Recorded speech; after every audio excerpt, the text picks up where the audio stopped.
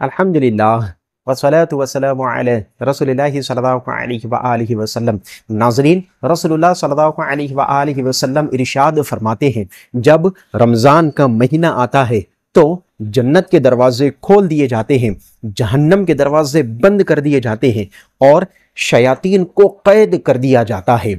اس حدیث کو سمجھنے کے لیے سب سے پہلے میں آپ کو ایک بات بتاتا چلوں کہ کچھ لوگوں کے اذہان میں دو سوالات آتے ہیں۔ پہلا سوال یہ کہ جب جنت کے دروازے کھلے ہیں اور جہنم کے دروازے بند ہیں تو مسلمانوں کے علاوہ جو دوسرے لوگ اس دنیا سے رخصت ہوتے ہیں، جیسا کہ مشرک، کافر، منافق، شکی اور ملحد، تو کیا یہ لوگ بھی جنت میں چلے جائیں گے؟ تو اس کے متعلق شرعی حکم میں آپ کو بتاتا چلوں کہ یہ جو 5 اشخاص ہیں، مشرک، کافر، منافق، شکی اور ملحد، ان کے لیے کبھی بھی جنت کے دروازے کھلتے ہی نہیں ہیں، بلکہ جنت کے دروازوں کا کھلا رہنا یہ نوید صرف اور صرف مسلمانوں کے لیے ہیں۔ تو ان 5 اشخاص میں سے جو مسلمان کے علاوہ ہیں، جب یہ دنیا سے رخصت ہوتے ہیں تو سیدھے واصل جہنم ہو جاتے ہیں۔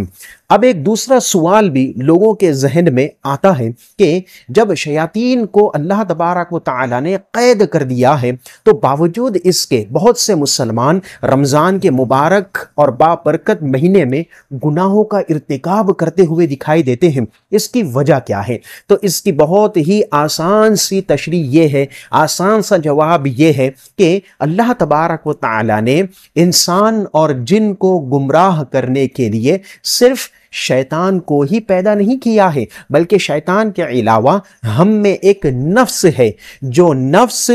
ہمیں گناہوں پر آمادہ کرنے کا کام کرتا ہے، ہمیں گناہوں کی ترغیب دلاتے رہتا ہے۔ اس کے متعلق اللہ تبارک و تعالی نے قرآن پاک میں ارشاد فرمایا ہے، ان النفس لامارۃ بالسوء، جس کا مطلب یہ ہوتا ہے بے شک نفس